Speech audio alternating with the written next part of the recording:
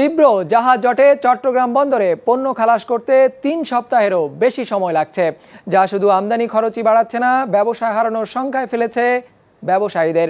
যদিও বন্দর কর্তৃপক্ষ বলছে নষ্ট গ্যান্ট্রি ক্রেন সরিয়ে নতুন গ্যান্ট্রি ক্রেন ভাড়া এনে এই জটিলতা কাটাতে কয়েক মাস সময় লাগবে। জলসীমায় প্রবেশ করেও যেটিতে ভিড়তে সময় লাগছে অন্তত ১২ দিন, যা স্বাভাবিক সময়ে পৌঁছাতো মাত্র একদিনেই।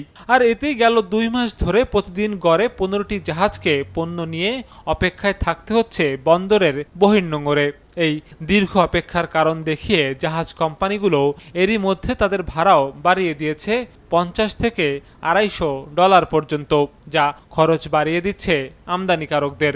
অলটুগেদার আমাদের এখন ২২ দিন লাগছে খালাস করতে।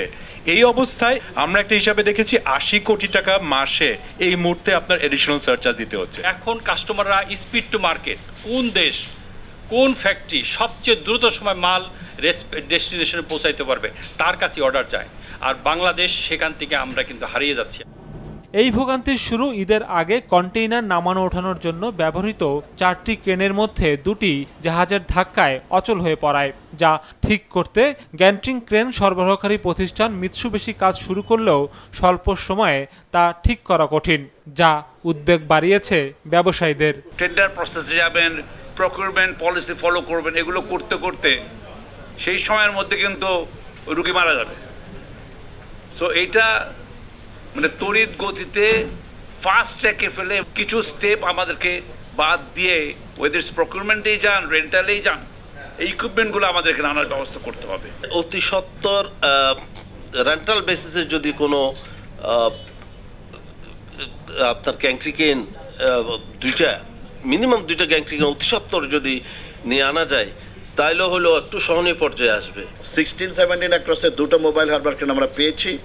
আমাদের যে টার্মিনাল অপারেটর আছে আপনারা জানেন সাইপ পাওয়ারটেক, এবং আমরা যেটা বলেছি যে আইদার আমরা নিজেরা কিনবো আর উনি কিনে আনবে, ওনার সাথে আমরা রেন্টালে যাব, এবং আমরা হিসাব করে দেখেছি the rental is more convenient, তাড়াতাড়ি হবে।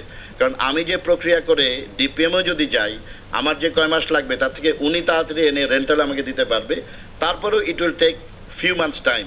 আপৎকালীন এই সময়ের জন্য নষ্ট ক্রেন সরিয়ে যেটি খালি করে দেয়া ছাড়া অন্য কোনো সমাধান নেই বন্দর কর্তৃপক্ষের কাছে, তবে সেটিও এখনই করা যাচ্ছে না।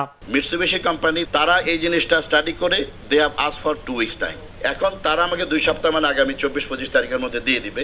বাট মেইন পয়েন্ট হচ্ছে আমার সরাতে হবে ক্রেনটা। আমি বোথ দ্য ক্রেনস আমি এক সাইডে মুভ করব, যে খালি স্পেস হবে আমি এখানে গিয়ার্ড ভেসেল আনা শুরু করব। তবে এই সমস্যার স্থায়ী সমাধানে বৃহস্পতিবার সংশ্লিষ্ট সব পক্ষকে নিয়ে আবারও বৈঠকে বসার কথা জানান নৌ পরিবহন মন্ত্রী। সৌরভ রহমান, বিজনেস রিপোর্ট, মাছরাঙা টেলিভিশন।